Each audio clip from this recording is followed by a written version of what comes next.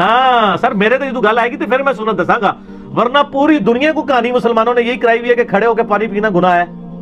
کھانا کھانا گناہ ہے، کافروں کا طریقہ ہے۔ ایون اس کو چھوڑ دیں، کرسی میز پہ بیٹھنے کے بارے میں احمد بریلوی صاحب کا فتویٰ ہے کہ یہ انگریزوں کی مشابہت ہے، کرسی میز پہ بیٹھنا، چمچوں سے کھانا۔ اگلا سوال ہے جی کہ اسلام میں کھانے پینے کی اشیاء پر پھونک مارنا منع ہے، تو کیا وجہ ہے کہ جب لوگ دم کرواتے ہیں تو اس کے اوپر پھونک ماری جاتی ہے؟ یہ وجہ تو انہی سے پوچھے دم کرنے والوں سے، یہ تو بالکل صحیح ہے۔ ابو داؤد کے اندر، سنن ابن ماجہ کے اندر صحیح سند کے ساتھ حدیث موجود ہے کہ نبی علیہ السلام نے کھانے پینے کی چیزوں میں پھونک مارنے سے منع فرمایا ہے۔ تو یہ دم کے لیے بھی یعنی آپ تو پھونک کی بات کر رہے ہیں، لوگ تو یعنی اپنے بزرگوں کی تھوکیں ڈلواتے ہیں اور وہ سہارا لیتے ہیں بخاری اور مسلم کی احادیث سے۔ بھائی نبی علیہ السلام کی تھوک مبارک، آپ کا پسینہ مبارک، وہ تو تبرکات ہیں، آپ کے پسینے سے تو بدبو آتی ہے، نبی علیہ السلام کا پسینہ تو عطر کے طور پہ استعمال ہوتا تھا، آپ کی تھوک مبارک سے تو آپ پلی لے ہی نہیں سکتے۔ آپ علیہ السلام کی جو کوالٹیز ہیں وہ تو ایکسٹرا آرڈنری ہیں، باقی عام بندے کی تو یہ معاملات نہیں ہو سکتے کہ جی وہ تھوک ڈلواتے ہیں نہیں شفا ہو جائے گی، ایسا نہیں ہوتا، یہ بالکل غلط ہے۔ نبی علیہ السلام نے کھانے پر پینے کے اوپر پھونک مارنے سے منع کیا۔ رہا دم والا معاملہ تو وہ بخاری مسلم میں موجود ہے کہ نبی علیہ السلام خود اپنے آپ کو بھی دم کیا کرتے تھے، المعوذات، آخری 3 سورتیں پڑھ کے، رات کو سونے سے پہلے 3 دفعہ پڑھ کے، یعنی 3 سورتیں ایک دفعہ پڑھی، پھونکا ہاتھوں پہ، پورے جسم پہ مل لیا، پھر دوسری بار، پھر تیسری بار۔ اور ام عائشہ کہتی ہیں کہ جب نبی علیہ السلام بیمار ہو گئے، بخاری کے الفاظ ہیں، تو پھر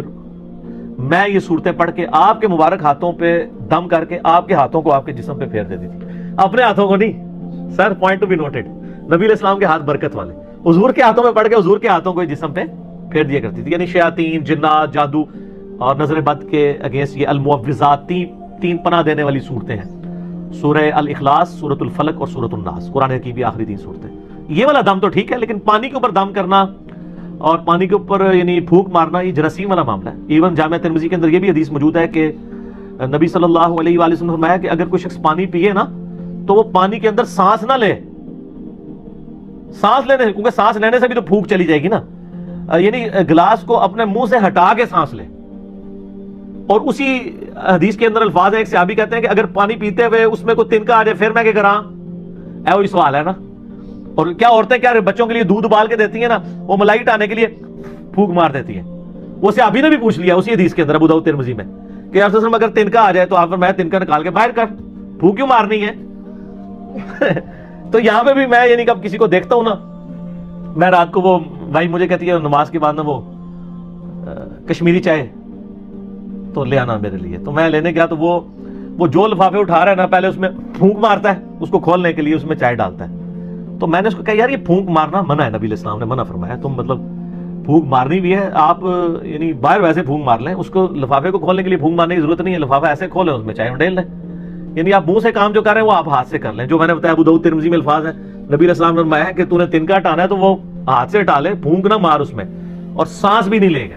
سانس بھی اس کے اندر پانی کے اندر نہیں لینا، ٹھیک ہو گیا۔ تو یہ پھونک مارنے والا غلط ہے۔ باقی جو دم والا معاملہ ہے، پانی کے اوپر آپ دم نہیں کریں گے، اپنے ہاتھوں کے اوپر دم کریں، وہ تو سنت ہے، وہ ٹھیک ہے۔ پانی وغیرہ کے اوپر ان چیزوں کے اوپر نہیں کرنا چاہیے، کوئی ثابت نہیں ہے۔ اچھا جی، اگلا سوال یہ ہے کہ کیا کھڑے ہو کر پانی پینا یا کھانا کھانا جو ہے یہ طریقہ کیسا ہے، اور کیا یہ کافروں کا طریقہ ہے؟ کافروں کا طریقہ پہلے ہوتا تھا، ہماری ویڈیوز کے بعد اب مسلمانوں کا طریقہ بن چکا ہے۔ ہاں جی، آپ کو پتا ہے وہ 2014 میں جب اسلام آباد میں ایک دھرنا چل رہا تھا پولیٹیکل جماعت کی طرف سے، اس دوران ڈاکٹر طاہر القادری صاحب بھی اس دھرنے میں شامل تھے۔ تو ڈاکٹر طاہر القادری صاحب دوائی استعمال کرتے تھے نا، تو وہ اب تقریر کے دوران کوئی دوائی آ گئی یا ان کا گلا پکڑا ہوا تھا، کوئی وہ ساشے گھول کے یا جوشاندہ کسی نے دے دیا، تو وہ کھڑے ہو کے نا یوں پی رہے تھے۔ 2-3 بار جب انہوں نے پیا نا تو ایک دن انہوں نے تقریر میں ان کو خیال آیا کہ میرے مرید کیا سوچتے ہوں گے کہ کھڑے ہو کے پانی پینا تو گناہ کا کام ہے۔ تو ہمارے پیر صاحب بھی کھڑے ہو کے پی رہے، تو انہوں نے کہا یہ میں جو پی رہا ہوں نا یہ سنت ہے۔ ہاں سر میرے تو گل آئے گی تو پھر میں سنت دساں گا، ورنہ پوری دنیا کو کہانی مسلمانوں نے یہی کرائی ہوئی ہے کہ کھڑے ہو کے پانی پینا گناہ ہے، کھانا کھانا گناہ ہے، کافروں کا طریقہ ہے۔ ایون اس کو چھوڑ دیں، کرسی میز پہ بیٹھنے کے بارے میں احمد بریلوی صاحب کا فتویٰ ہے کہ یہ انگریزوں کی مشابہت ہے، کرسی میز پہ بیٹھنا، چمچوں سے کھانا،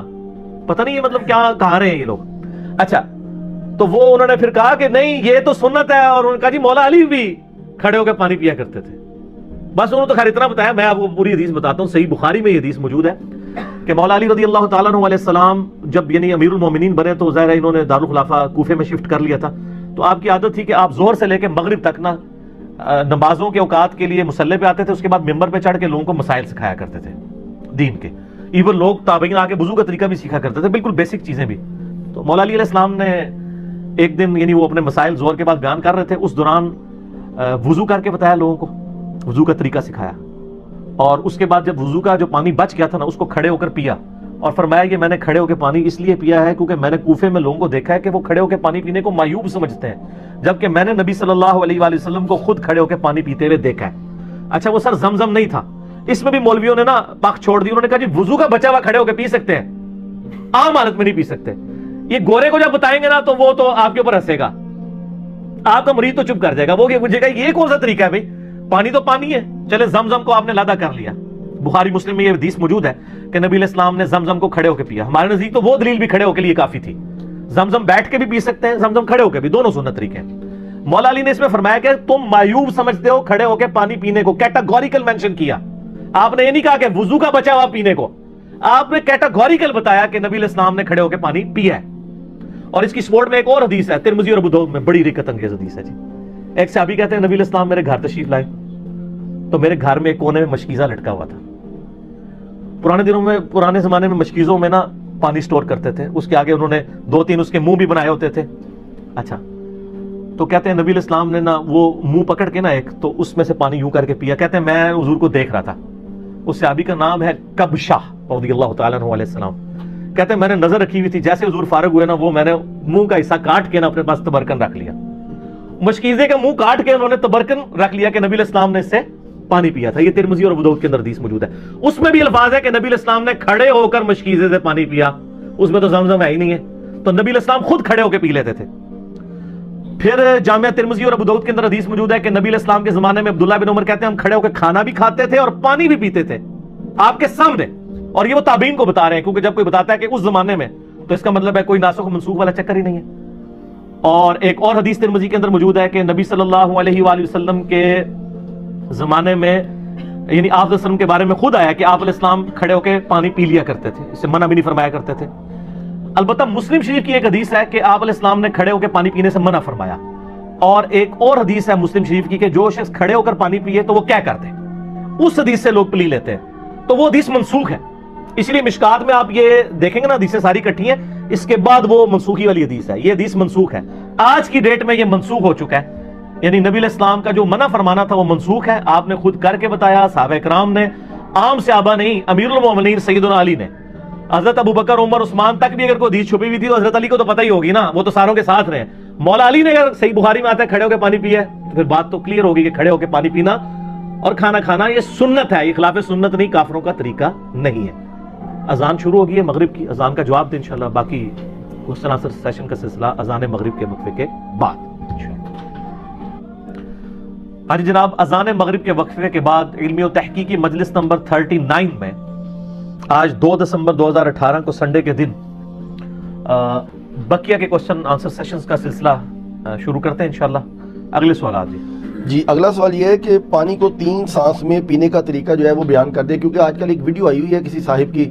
تو وہ ایک گھونٹ جو ہے وہ غالباً 1-1.5 منٹ کے اندر پی رہے ہیں اور سانس بہت ان کو جو ہے نا وہ پھولتا ہے، تو وہ کہہ رہے ہیں کہ یہ اصل طریقہ ہے، اندر جو ہے نا وہ وغیرہ دنیا کا ہر بندہ جو پانی پی رہا ہے سنت طریقے کے مطابق بھی، تو اصل میں تو وہ پانی کا جو آپ کا اس کے دوران سانس آتا ہے تو وہ اندر جا رہا ہے، تو یہ پانی پینے کا طریقہ ذرا اندر کیا ہے، وہ کیا کہہ رہے ہیں گلاس کے اندر، وہ کہہ رہے ہیں جب آپ اس طرح گٹاگٹ پیتے ہیں تو اصل میں وہ آپ کا سانس بھی اندر جا رہا ہے،